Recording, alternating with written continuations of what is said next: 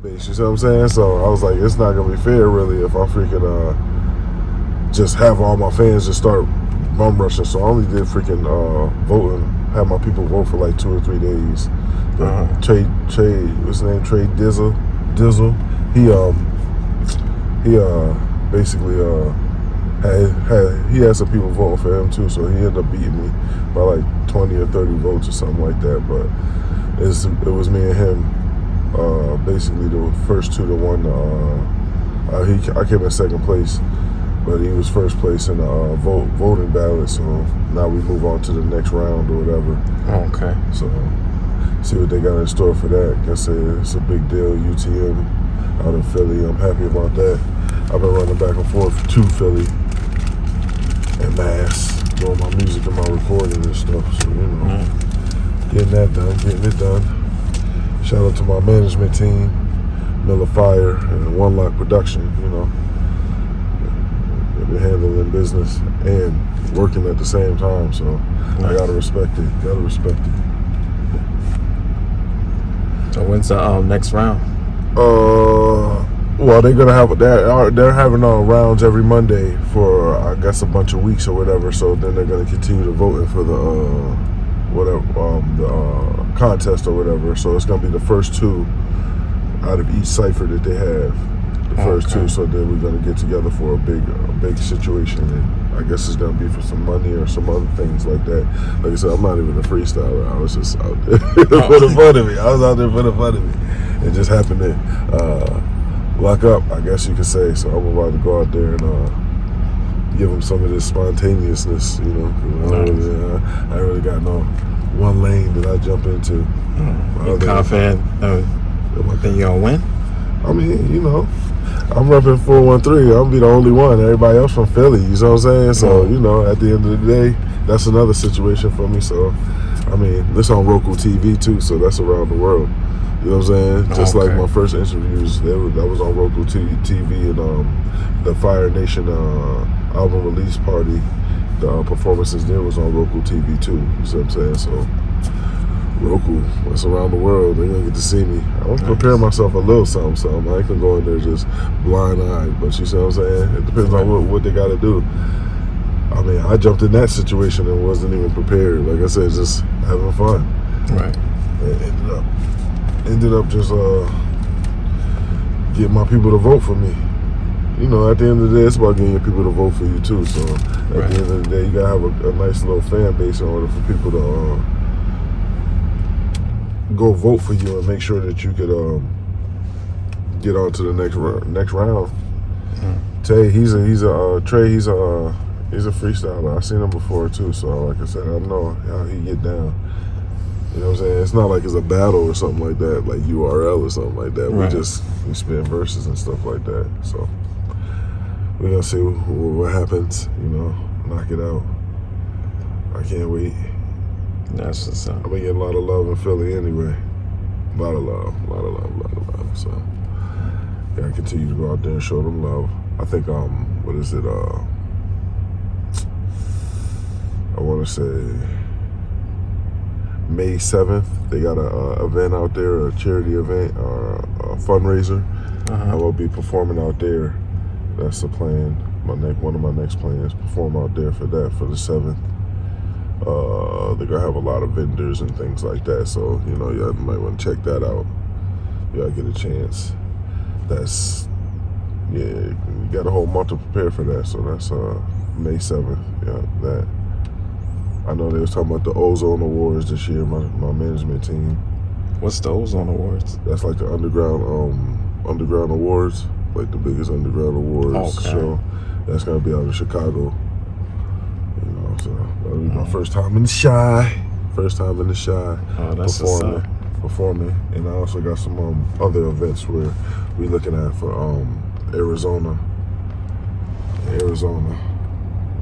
Turn this heat down. Some other spots in Arizona. And shout out my man Mumra. He on his tour now. You can catch me at Max's Tavern. What is it, July 2nd? Yep, July 2nd, got booked out there. Catch me at Max's Tavern in New Haven. Go rock that out. See what I'm saying? Do my set for my man's tour and shit. Okay. Gonna show some love. But, you know, I'm moving. Everything's coming along, you know, the way it's supposed to. I figure you got to trust in the process. You know what I'm saying? Have patience. Last year, I was in bum rush mode. I was going crazy. That's when I was trying to do everything. I was shooting my own rap videos and all that shit. You know what I'm saying? Oh, that's what's up. Put my, well, you know, I learned how to edit and everything on my own. So I had to go buy the equipment and shit. I had to learn how to do something. Right. You know what I'm saying? Put my craft somewhere else besides just writing. But yeah, end up get with Bones, DJ Bones, hit me up. You see what I'm saying? Got me rolling. That's how I got my little management team and things like that. You know, shout out DJ Bones and Mob Records. You see what I'm saying? Yeah, go check out that LLC, Mob Records LLC. That's my peoples. You see what I'm saying? They based out of South Carolina right now. They got a radio station and things like that. Mrs. Swain, go check that out too. You see what I'm saying? Her jewelry and things like that. But my team, man, we moving, we working, we all around now. Right now, Fire Nation and One Lock, they running around with Judah Priest. You see what I'm saying, on his little tour. Who's Judah Priest? Judah Priest, legendary rapper from New York, well, upstate New York, I think. Well, he's out with Wu. Been down with Wu for years. You see what I'm saying? One of the Wu Syndicate and all that other stuff. Right now, they doing the 144 Chosen Few. You see what I'm saying? And that's a Wu, also a Wu branch out. You see what I'm saying? So they doing their thing, and they on tour right now. Shout out the rest of the team. You know, everybody else out there for the 144 Chosen Few. Also, Kim Beecham. She's also a part of my team. She does R&B and like some how you say, neo soul type music. You see what I'm saying? Nice. Yeah, older crowd. I like her music. I love her music. I love her personality and all that. That's one of my label mates, my sister and everything like that. You see what I'm saying? Shout out Kim. Catch her on Instagram too, Kim Beecham. And you know, other than that, we just moving. Me and Tommy got a new single out. Shake Something. And that's doing real big right now. We looking forward to shooting a video for that one. I'm gonna have a single release party soon.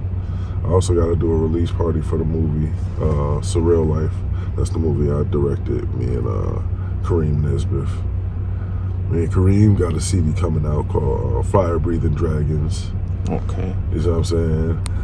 The project that I'm about to release within like the next week or so, I'm pretty sure. It's called City of Homes. You know what I'm saying? Repping 413, my version of how I see things going on in the 413. Oh, that's what's up. Nothing really too it's a graphic CD, but it's nothing like directed towards anything or anyone in particular. You know what I'm saying? More just like an overview of where we grew up at, where we from. You see what I'm saying? Springfield, Mass. So I got some love tracks up there, some not so love tracks, you see what I'm saying? Right. Not really too much gangster stuff up there, but it's really a nice body of music that represents, like I said, Springfield, Massachusetts, South End, Forest Park, Indian Orchard, all the places I grew up, you see what I'm saying? The things I see, Franklin Street, all that stuff, you see what I'm saying? So that CD, yeah. I got the video. I got a couple of videos out already for that CD, City of Homes. Shout out Mike Niff, cause the graphics came out dope for my cover and background. That's what's up. I'm gonna pick what site I want to put it out through, but I got Humeg distribution, you know, so that's a big deal right there. Shout out Rob Schwartz from Humeg. You know what I'm saying? He's, you know, legendary. If you know about distribution and Sony distribution and things like that, he's legendary. So, you know, my team got the little distribution with him. But yeah, City of Homes, that CD is gonna be. I can't wait to get the reviews back from that. You know what I'm saying? I can't wait. Moody Manson is on there. Of course, I got that video out right now where I'm dressed like a clown. And what else is up there? I got Too Tough, feature Tommy Pockets and Villain G. That's up there. That's more like my ride and, you know, my controversial track right there. That's on there. What else I got up there? And my Please Don't Judge a Nigga. That video, you see what I'm saying? That song, that song is on there too. That's on City of Homes. Well, like I said, it's a real graphic CD. If you listen to the lyrics and actually what I'm talking about, then you know you'd be able to relate. A lot of people be able to relate if you grew up here. And that's all I really wanted to do. I got a freaking 3 or 4 more EPs sitting around that I'm gonna drop. Like I said, I got the project with me in Southside that's gonna come out soon. I got a project with Kareem Nesbitt that's dropping soon. Of course, I was on The Future, on Tommy Pocket's The Future. I'm on that CD. Who else? I got music spread out all over the place right now. I got, of course, the soundtrack for Surreal Life 2. They got features on there all over the place. I got Rude Boy. I got Trismatic. I got Ali Fats. I got Alo Pyrex on that CD. Who else? Yeti. I got a bunch of features on that CD right there. Nice.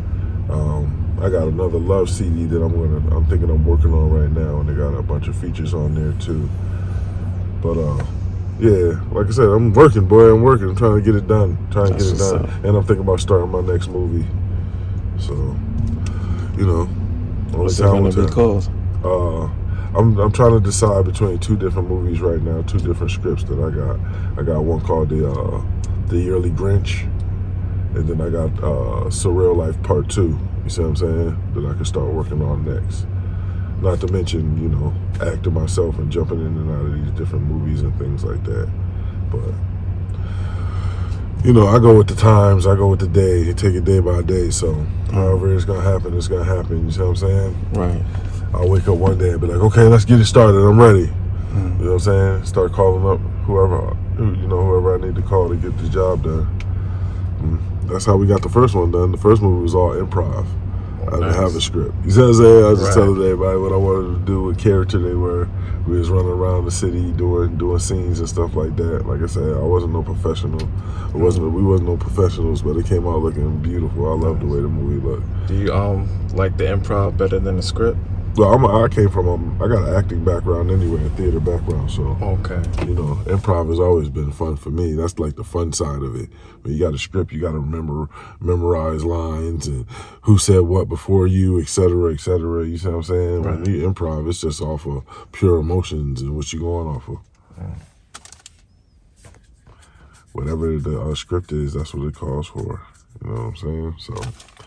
I have fun, like I said, watching people that I never seen act before actually put it together. You know, we did a couple of takes on here and there to get the acting scene better or get a different angle on the But I learned a lot from Tommy Tech and them messing around, running around with Broke People Films back in the day. You know what I'm saying? Nice. Watching them do what they do. Tommy, you know, he's a eclectic mind, I like to say. You know what I'm saying? Tommy Tech, he put it together. Plus, he shoot videos and stuff like that. He's the one that edited the video? Or the movie? No, not my movie. My movie, it was me, Kareem Nesbitt, and we got Stephen Rashad helping me on the second edit. But Policy, my homie Policy. But yeah, other than that, nah, it was just me and Kareem. Tommy Tech has his own movies, his own set of movies too. If you look up Broke People Films, he has a bunch of movies out right now too. So he does his work. He does good work too. Yeah, there they go right there. But yeah, he does good work too. You see what I'm saying? Okay. I like it because, you know, it's just they going. That's them in the car? Yeah, I'm like, where they going? Shit.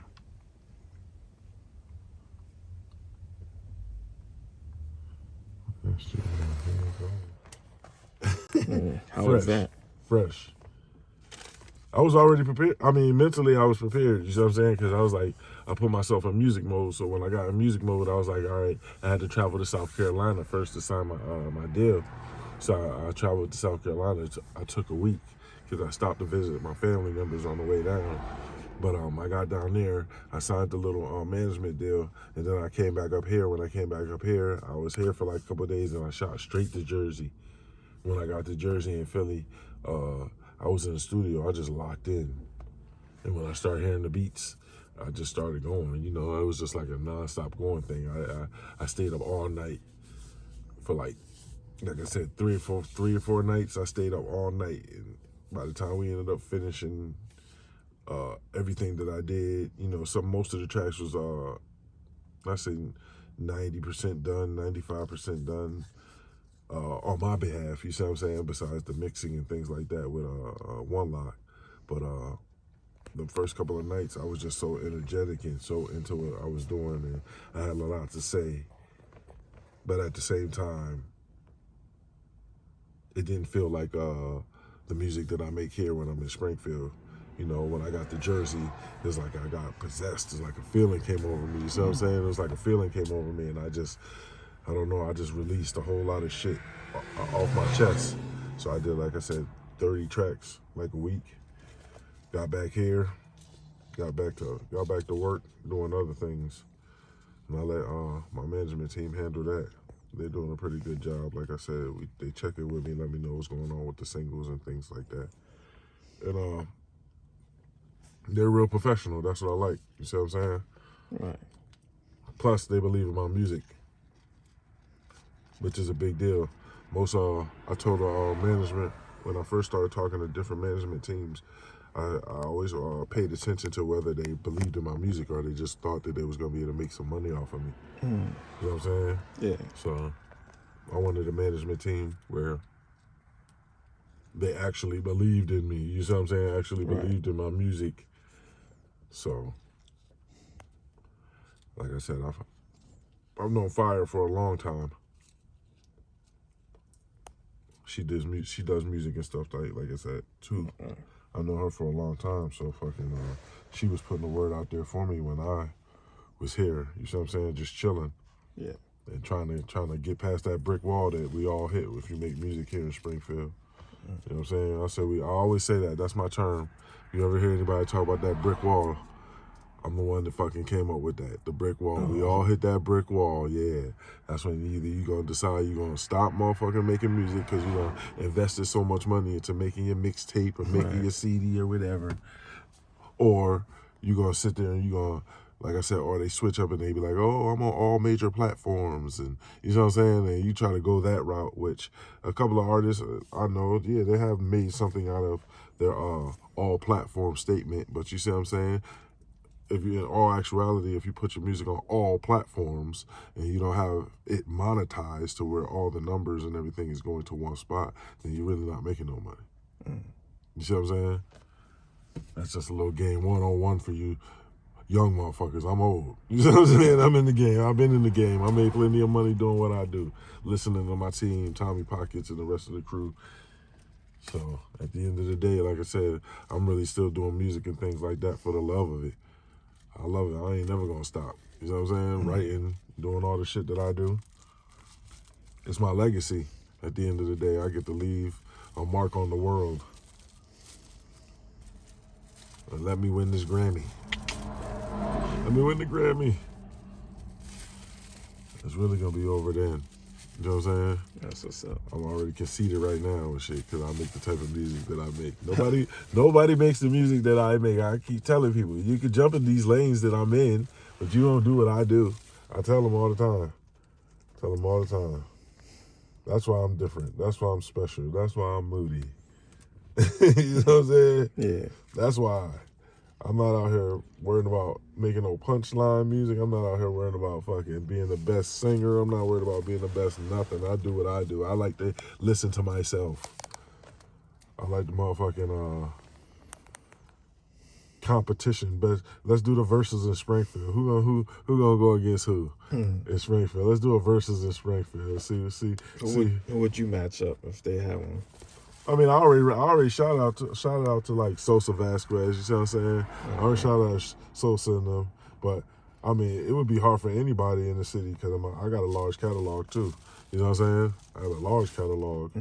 It's been 15, 20 years of me making music. So I mean, it would be good luck to whoever.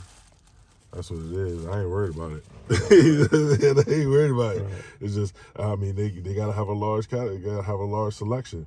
Right. I would fuck up like Bone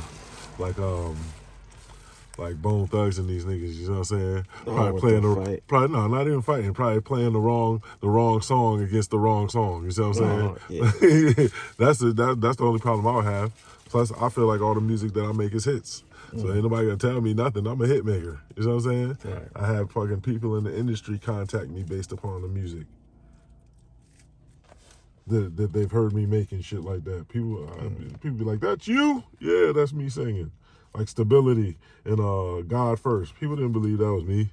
You know what I'm saying? So I have the ability to be a chameleon. You know what I'm saying? Right. I have the ability to come up with an amazing hook and have people singing the hook with me while I'm making my music. It's proven. A lot of these rappers that's out now was influenced by me and my crew. You know what I'm saying? Growing up. So I don't really feel no type of way about any of the new artists and things like that. I don't feel like this ain't Chicago or nothing. I ain't got a battle rap, call nobody out because ain't nobody calling me out. I know who like me and who don't like me. You know what I'm saying? Right. I know who fuck with me and who don't fuck with me. But that's all a part of being grown. We all grown folks. You know what I'm saying? The different industries, even in working on a regular day-to-day basis, making money. It's all a competition.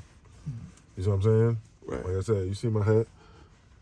Moody's Painters Plus. Okay. I do paint jobs and shit like that. You see what I'm saying? From one of my side jobs. There's always other people out there trying to make money. Right. You know what I'm saying? Other people that can probably do the job that I can do. They ain't gonna do it like I do it, of course, because, you know, I take pride in what I do, everything I do. But at the end of the day, everything's a competition. Everybody trying to be the one. I was never trying to be the one. I always told my team, I'll be like, yeah, I'll Nate Dogg it. What's that mean? That means, you know what I'm saying? I don't mind being the dude that sings in the background or sing the hook or some shit. You know what I'm saying? I ain't got to be in the front round, in the front, everything all the time. Shit, I barely like to be in the front now. I used to run around like that all the time. You rather be in the background? I want to be on stage, but I ain't got to be fucking David Ruffin. You know what I'm saying? I ain't got to be David Ruffin. I actually don't really want much out of the career in the industry. You see what I'm saying? All I want is enough to buy my own land. You see what I'm saying? I want to be able to buy my own land. You know what I'm saying? Build my own little crib. I don't even need no mansion or nothing like that. That's what I said. I'm not in it to be the best. To be heard, that's always a blessing. To have fans, that's always a blessing. Right. But I'm not in it to be the number one rapper or to be in somebody's top 10 or some shit like that. You see what I'm saying? And then right before I jumped out of the music, I was doing more R&B anyway. You couldn't just call me a rapper. I was an artist. You see what I'm saying? Right. I had so many different genres of music was going on until, you know, the death of auto-tune and all that other stuff. People was trying to figure out how T-Pain was recording his music. You see what I'm saying? He was able to do his ad-libs and auto-tune along with his leads in auto-tune. People couldn't figure that out. They couldn't understand how he was doing that. And most of them was doing it and sounded like Future did in the beginning when Future first came out. You know, they was messing up auto-tune. I actually could sing with the auto-tune on the mic. So, you know, auto-tune is just a pitch corrector anyway. So at the end of the day, most of the people is using it these days anyway. And you don't even know they're using it. Because it doesn't always have to be, you know, sound like it's auto-tune. Sometimes they just use it as a pitch corrector. Some more 101 for you guys. You know what I'm saying? I always drop jewels here and there, especially in life. Especially in life.